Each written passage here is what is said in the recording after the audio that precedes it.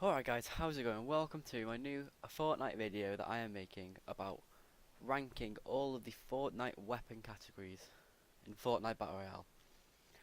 I will be ranking them from 6th, which will be the worst, to 1st, which is the best. There are 6 there are 6 gun categories, sorry, in Fortnite.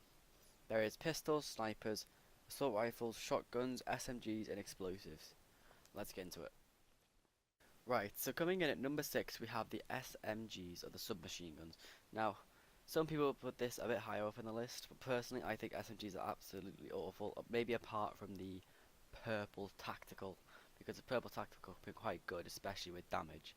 But I think that the common suppressed SMG, well, all the suppressed SMGs, the green tactical SMG, I think they're all just pretty awful. And while there's some other awful guns in, say, pistols and snipers and stuff, I think that there's nothing which stands out in this.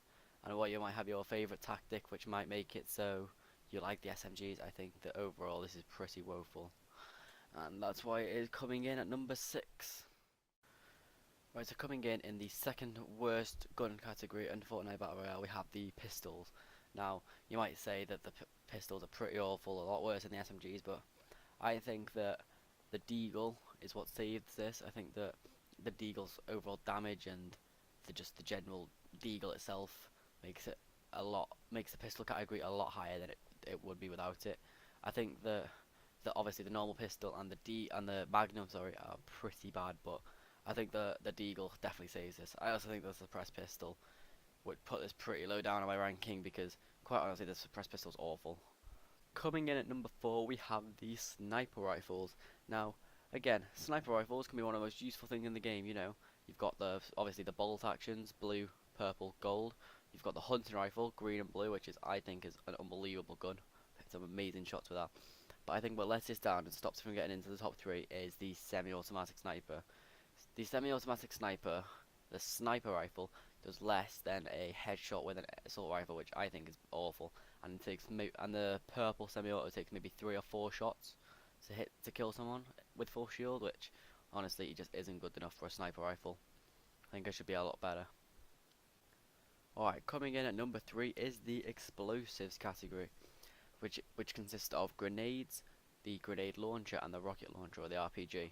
Now, I think these are very good and very effective late game. However, I also think that they could be very bad if you're not 100% good with them, like I am, for example, because quite frankly, you could end up killing yourself very easily.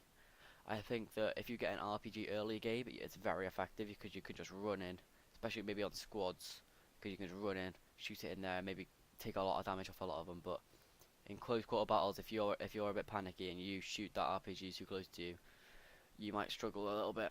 Right, so coming in at number 2, we have the shotguns.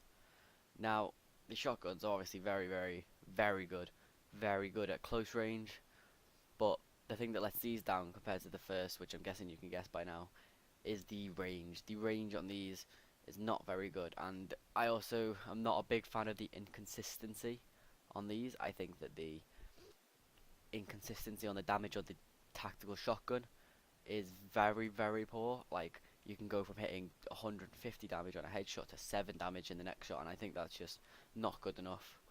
I think that it should be more consistent, and I think that also Fortnite in the next patch need to bump up the damage of the heavy shotgun, because while it has good range, it hits around 75 damage per shot, or between 75 and 90 damage depending on what color gun you have, whether it's epic or legendary.